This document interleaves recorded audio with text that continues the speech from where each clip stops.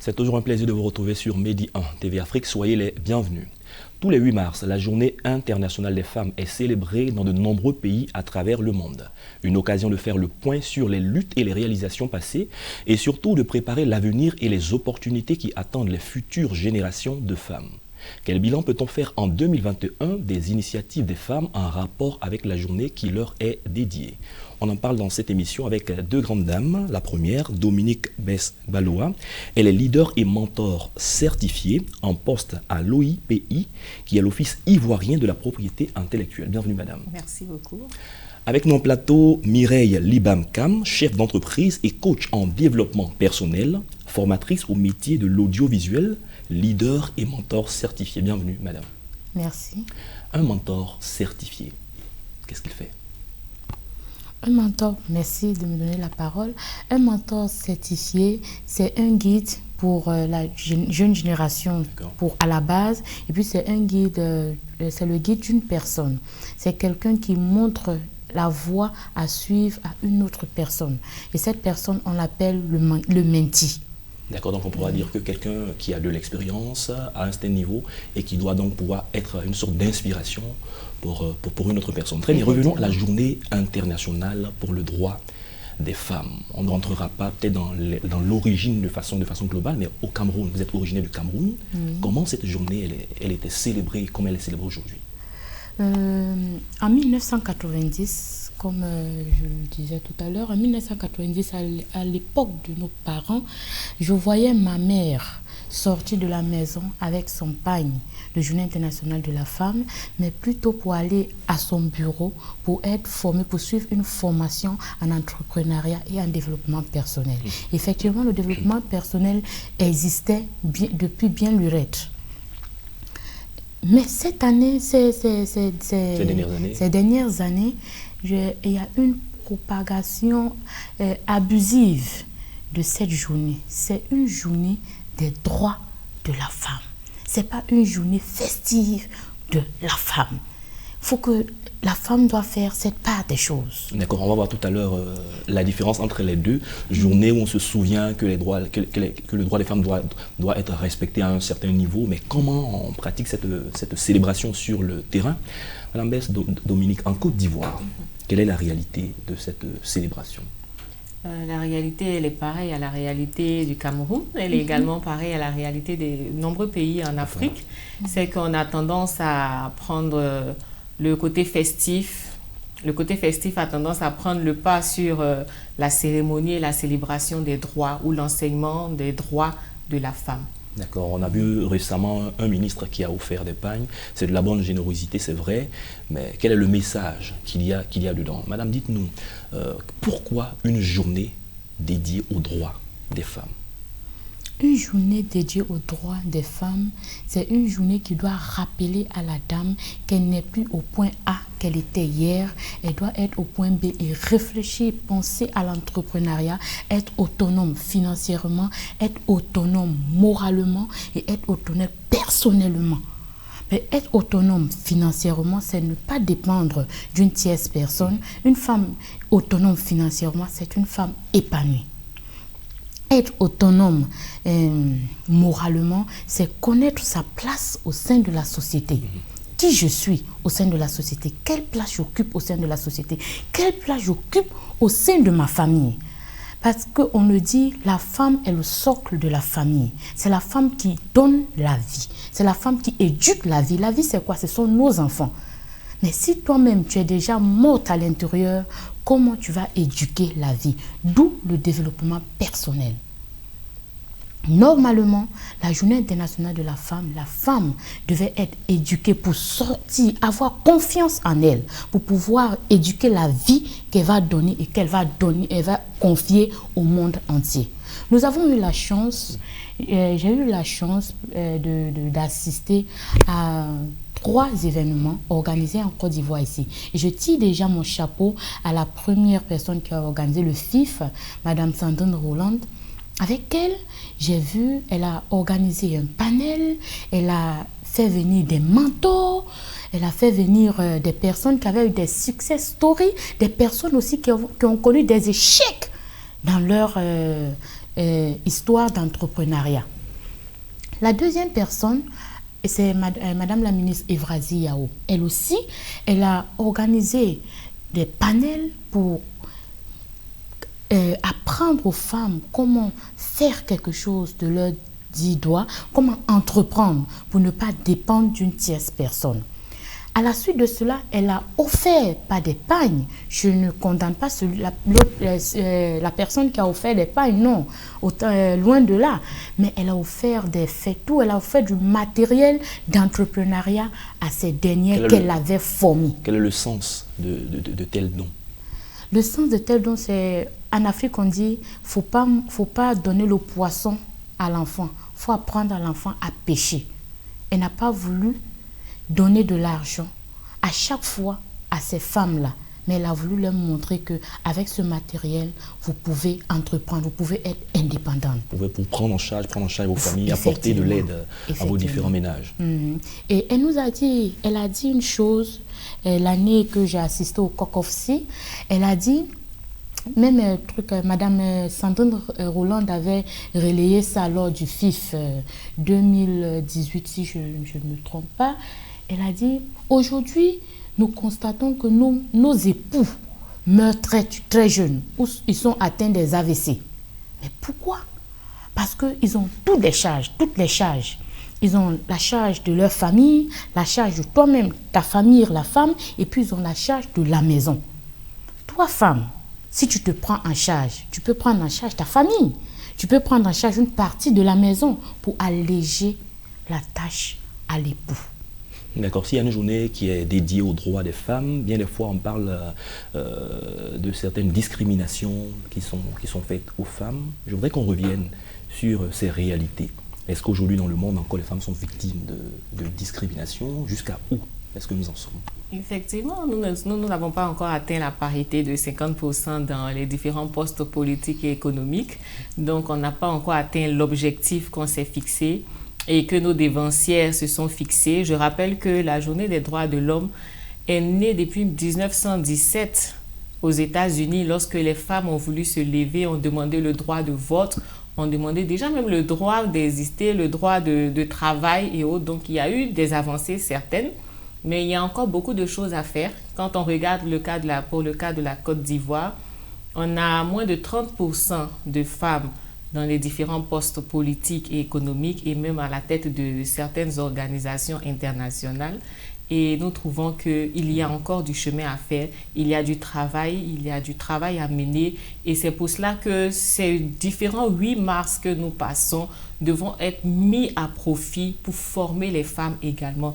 Parce qu'on parle de parité, certes, mais c'est à compétences égales. Donc il faudrait également former les femmes à atteindre le même niveau de compétences des hommes, et lorsqu'elles ont atteint ce même niveau de compétence-là, leur donner l'estime de soi et la confiance pour pouvoir postuler et briguer les mêmes postes que les hommes avec assurance réussissent à poster. Parlant de postes à briguer, le 6 mars, les législatives ont lieu en Côte d'Ivoire, et par rapport aux législatives, il y a une loi, vous l'avez signifié, 30% en principe de femmes qui doivent avoir certains postes. Mais une étude a été menée, les 30% ne sont pas respectés. Dans les partis politiques, pratiquement aucun parti politique n'a respecté ces 30%. Et on parlera bientôt de parité de 50%. Quelle est votre réaction à l'occasion de la célébration de ce 8 mars, quand vous vous rendez compte que même pour les législatives, les 30% n'ont pas été atteints? Exactement. Mon avis en tant que femme et aussi en tant que leader et mentor certifié, c'est que les femmes ont un gros problème d'estime de soi. Les femmes n'ont pas la capacité de se dire qu'elles ont la compétence pour telle ou telle action. Vous verrez en général que même dans les têtes de liste, il n'y a pas suffisamment de femmes et les femmes sont toujours derrière à pousser l'homme à aller devant. Et c'est cette confiance-là qu'on doit travailler pour la femme, déjà depuis l'école primaire. Leur montrer que vous avez la capacité, la compétence égale. Parce qu'il ne suffit pas de laisser la femme du CP1 jusqu'en maîtrise, la laisser toujours derrière l'homme et faire un choc dans l'éducation pour dire soudainement, vous pouvez. Il faut commencer à la base avec toutes les femmes, que ce soit les femmes du secteur rural, que ce soit les filles mères qu'on laisse malgré qu'elles ont une certaine instruction. Mais il faut leur montrer que malgré les situations, toutes les femmes ont des potentialités, toutes les femmes ont, je dirais, ont le potentiel, voilà, ont les ressources en elles, et il faut juste qu'elles puissent prendre conscience de ces ressources et avancer. Est-ce qu'au Cameroun, c'est la même réalité par rapport à l'occupation des postes politiques, ou du moins au Cameroun, est-ce qu'on fait la part belle aux femmes où elles se l'arrachent? Au Cameroun, heureusement, on arrache ce pouvoir. Okay. La femme camerounaise, elle est un peu différente de la femme ivoirienne. Nous, c'est dès le bas âge qu'on commence à nous forger à la vie active et à la vie active professionnelle et à la vie mariatale, si je peux m'exprimer. C'est marital autant pour moi. Merci beaucoup. Non, nous c'est depuis l'âge de 8 ans. Quand une fille elle a 8 ans, la maman commence déjà à te dire que tu es une belle femme, tu es une personne importante, tu es une personne qui peut aller plus loin que tu ne le penses. Il suffit juste d'être assidu à tes cours, savoir préparer, savoir rendre ce qu'on t'a montré à la maison. Il ne faut pas avoir peur. La façon dont l'homme se présente, toi aussi tu peux te présenter ainsi. Chez nous au Cameroun, les femmes vont au champ. Souvent tu trouves l'homme en train de marcher à côté de la femme pendant que la femme elle a son fardeau de bois sur la tête avec le bébé au dos. D'autres personnes vont dire c'est un homme qui n'est pas galant. Non, c'est l'éducation qui nous a forgés ainsi. C'est qui nous rend très dynamique au niveau de l'entrepreneuriat. Pendant qu'au Cameroun, il y a eu une baisse, pendant qu'en Côte d'Ivoire, il y a eu une baisse au niveau de l'entrepreneuriat pendant la Covid, au Cameroun, il y a eu plutôt une hausse. Sans les réseaux sociaux et autres, la femme camerounaise a pu continuer ses activités. Tu les voyais avec le cache-nez, mais faisaient du porte-à-porte parce que les gens ne se rendaient plus dans les marchés, mais faisaient du porte-à-porte pour pouvoir vendre ses articles et autres. D'accord, la réalité avec la Covid en Côte d'Ivoire, comment les femmes ont supporté? Les femmes ont été très touchées par la Covid parce que les statistiques prouvent que les femmes sont dans les métiers sociaux, sont dans le plus de métiers sociaux comme le tourisme, la restauration, l'hôtellerie. Or, ce sont des secteurs qui ont été très touchés avec la Covid. Donc, il va de soi que les femmes ont vraiment payé le plus lourd tribut, mais Dieu merci, on essaie de se relever. D'accord. Cette année, comment comptez-vous célébrer ce 8 mars? Au Cameroun ou bien en Côte d'Ivoire, puisque vous êtes avec nous ici en Côte d'Ivoire. Ah d'accord. En Côte d'Ivoire ici, nous nous sommes associés. L'association des femmes camerounaises vivant en Côte d'Ivoire s'est associée avec une association des femmes ivoiriennes pour organiser une journée internationale de la femme dansante autour de laquelle il y aura la présentation déjà des différentes régions du Cameroun à nos sœurs ivoiriennes, parce que nous en avons 102. Et oui, nous avons 102, donc on a donné un temps d'antenne de 2 minutes par région. Nous allons présenter les danses, nous allons présenter le côté culinaire et puis nous allons aussi donner quelques astuces pour nos sœurs ivoiriennes pour tenir leur foyer en bonne et due forme. D'accord. Cette collaboration avec vos sœurs camerounaises, quels en sont les enjeux? On a beaucoup d'enjeux parce que le partage, c'est la clé de la réussite. Aussi bien que les femmes camerounaises que les femmes de d'autres nationalités, le partage, le fait de se mettre ensemble, on arrive à puiser le positif de chaque région, de chaque pays et d'avancer. Ça nous permet également de voir ce qui ne fonctionne pas à notre niveau et de pouvoir corriger, rectifier pour se développer. Mais je voulais aussi souligner que dans le top 10 des pays où le droit de la femme est très développé, on a 3 pays africains et en tête, il y a le Rwanda. Le Rwanda qui est suivi du Sénégal et ensuite de l'Afrique du Sud. Donc nous allons également, nous les autres pays, nous pencher sur leur modèle de développement, leur modèle de croissance et de développement des droits de la femme pour également nous développer. Parlons des femmes en zone rurale. La plupart du temps, toutes les célébrations, tous les colloques, tout ce qui concerne les panels se font à Abidjan, dans les zones urbaines. Qu'en est-il pour ces dames qui sont dans les zones reculées à l'intérieur du pays? Est-ce qu'elles se sentent concernées? Est-ce qu'elles sont prises en compte? C'est la triste réalité parce que, en mon sens, elles devaient faire partie de la priorité nationale. Déjà, les problèmes que les femmes rurales, les différents problèmes auxquels elles sont confrontées sont des problèmes d'accès à la santé, alors que nous savons que ce sont les femmes qui sont porteuses de vie et elles ont du mal à se rendre dans un centre de santé parce qu'il n'y en a pas suffisamment dans les zones rurales. Elles ont aussi des problèmes d'accès à la terre. En général, en Côte d'Ivoire, pour le cas de la Côte d'Ivoire particulièrement que je maîtrise, Mireille nous dira bien ce qu'il en est du Cameroun, mais c'est plus les hommes qui ont le droit de terre, même si les femmes travaillent plus que les hommes. Mais elles n'ont pas la possibilité d'avoir accès au foncier. Et ce sont ces grosses problématiques que nous devons traiter, en mon sens, que nous devons traiter pendant ces journées de droits de la femme, pour permettre non seulement aux femmes citadines de se développer personnellement, mais d'aider et de faciliter la tâche à nos sœurs dans la zone rurale, parce que c'est grâce à elles qu'on arrive à manger. Si elles ne faisaient pas le travail en amont, nous mourrons de faim ici. Et il y a eu plusieurs rapports même de la FAO qui sont allés dans ce sens, mais jusque-là, les pouvoirs publics n'ont pas vraiment aidé les populations rurales. Donc, c'est l'occasion d'interpeller nos différents ministères de tutelle à jeter vraiment un regard sur ces problématiques. D'accord. Vous l'avez dit, en Côte d'Ivoire, lors de la célébration de cette année, vous allez présenter à vos sœurs ivoiriennes les mets, toutes les astuces de plus de 100 régions que vous avez au Cameroun. Mais toutes ces dames qui sont dans les zones reculées, les zones rurales, est-ce qu'elles sont conscientes de leurs droits? Qu'est-ce que vous faites pour toutes ces dames? Cette année, effectivement, merci pour cette question. Cette année, l'innovation que nous avons apportée à cette journée internationale, nous avons invité les femmes de l'intérieur à se joindre à nous. Voilà. Nous les avons invitées à se joindre à nous pour venir côtoyer, faire un échange, un B2B avec leurs sœurs ivoiriennes et puis leurs sœurs camerounaises qui sont ici. Aujourd'hui, en Côte d'Ivoire, nous sommes une population camerounaise très dense.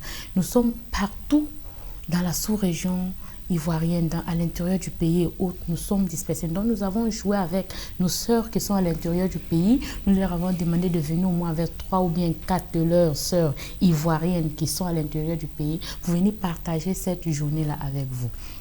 Je poursuis sur ce que Bess a dit tout à l'heure. Il y a une association des femmes leaders que nous appartenons, League for Her.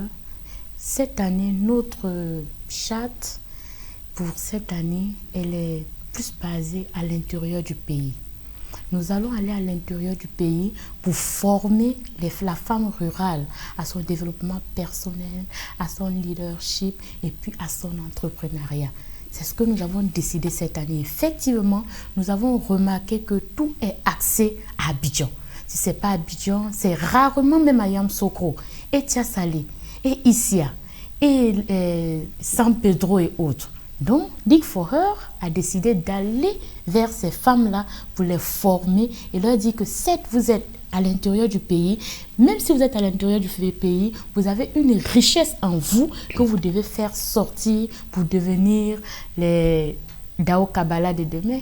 D'accord, parlons du droit de la femme de façon générale. Quelle est la compréhension que les femmes dans les foyers doivent avoir de cette promotion de leurs droits pour éviter parfois qu'il y ait des écueils et qu'on ait l'impression que ça vient diviser les foyers, qu'on ait l'impression que c'est contre l'homme. On se souvient de la loi sur le mariage qui a fait couler beaucoup d'encre, mais quelle est la compréhension, quel est le message que vous envoyez?